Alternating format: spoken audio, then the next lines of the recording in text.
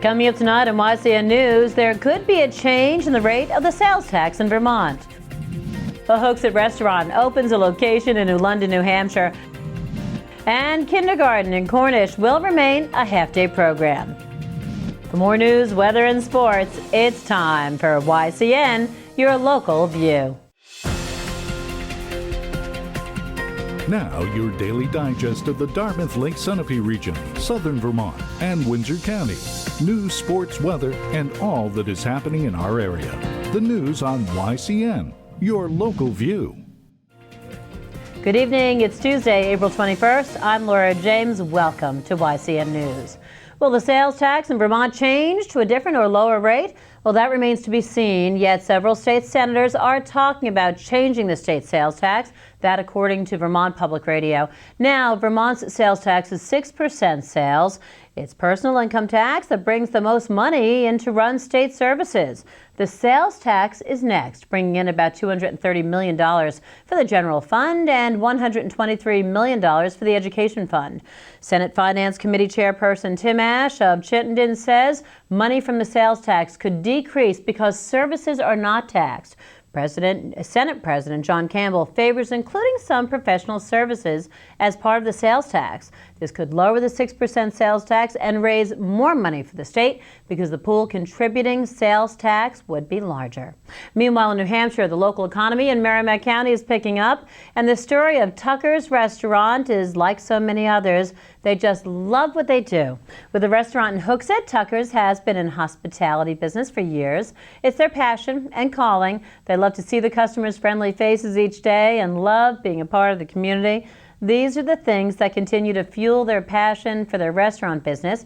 And in New London, New Hampshire, they have assembled a dedicated team. We asked Erica and Hale, the owners, what attracted them to this new location.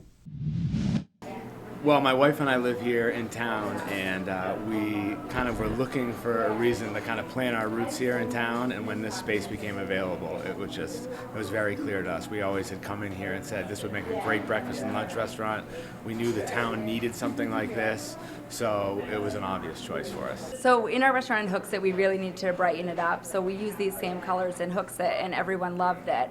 And we love the old posts and beams of this restaurant. It has so much character, but we wanted to bring, the Tucker decor here, and so we just modeled it off of our restaurant in Hooksett.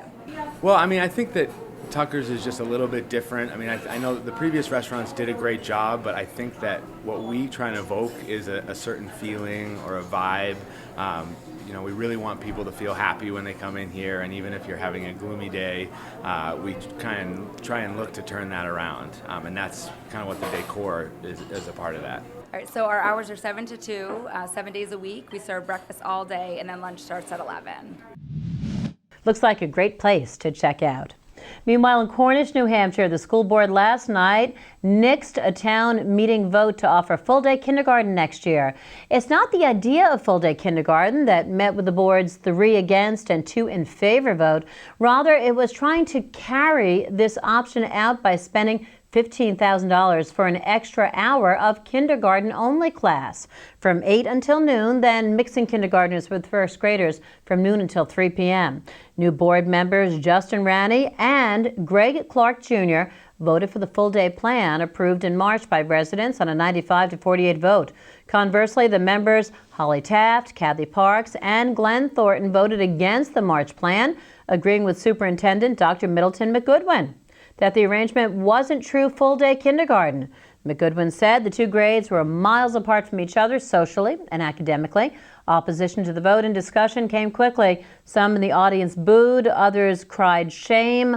Other residents came to the microphone to speak. Listening in to the angry comments last night was Jennifer Prylson. She is the new principal of Cornish Elementary School, and Randy told YCN News after the meeting that he expects Prylson to come on board despite the tone of the evening. Coming up next on YCN News, Governor Shumlin signs an executive order to help people with criminal convictions make their lives more successful. A fire in Newfane, Vermont causes significant damage, and a flood watch is in effect in New Hampshire's Merrimack County.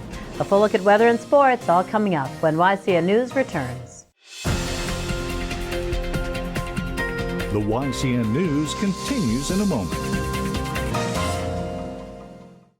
Welcome back to YCN News. I'm Laura James.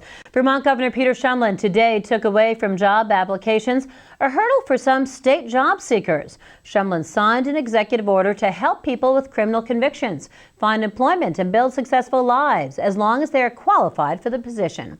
Shumlin ordered removal from the first page of an application any question relating to previous convictions.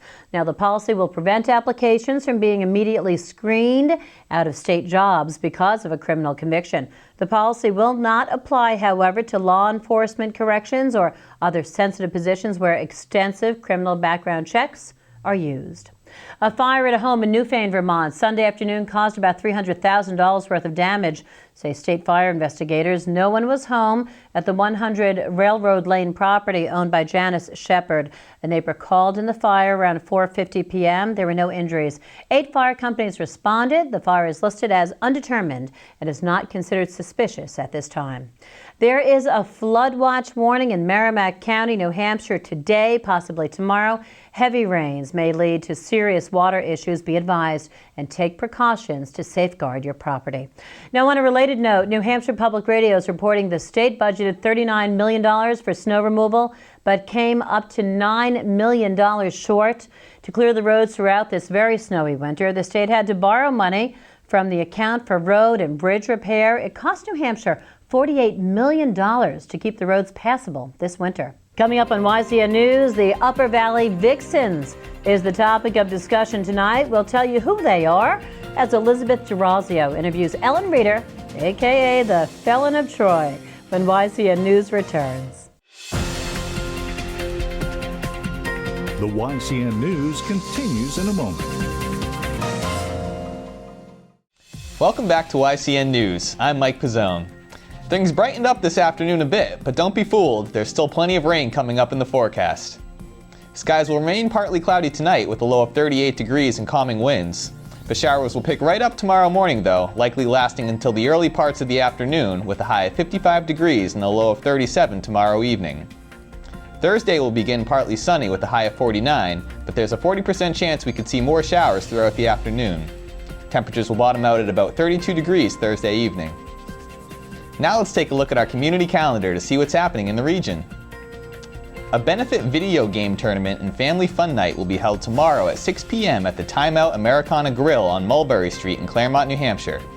Tournament entry is $7 in advance or $10 at the door. Visit wcc-ma.org for more information.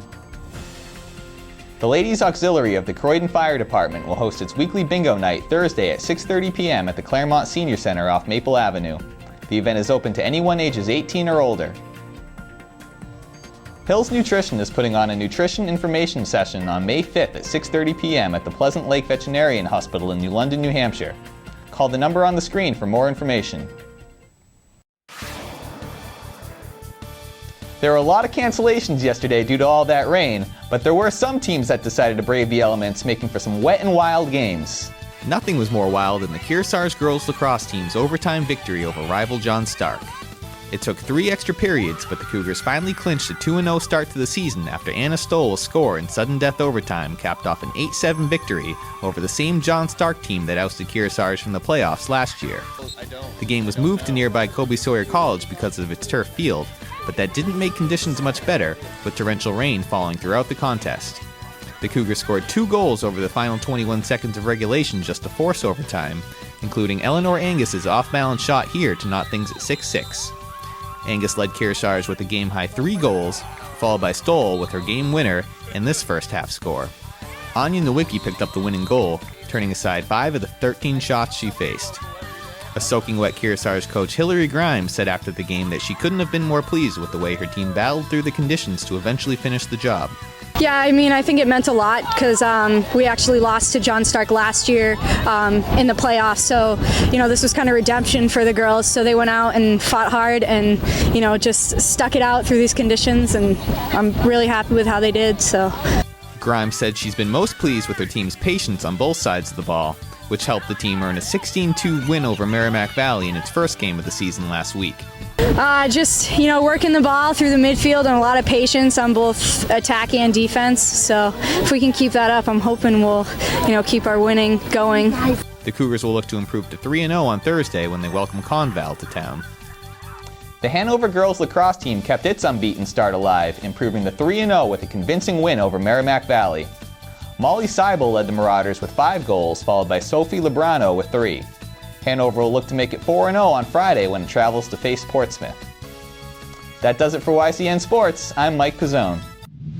Thanks so much, Mike. Capital Connections' John O'Connor brings us part 2 of an interview with Pat Whitney. She's the president of the board of directors of Turning Points Network. Advocacy is at the forefront of the discussion when YCN News continues. The YCN News continues in a moment.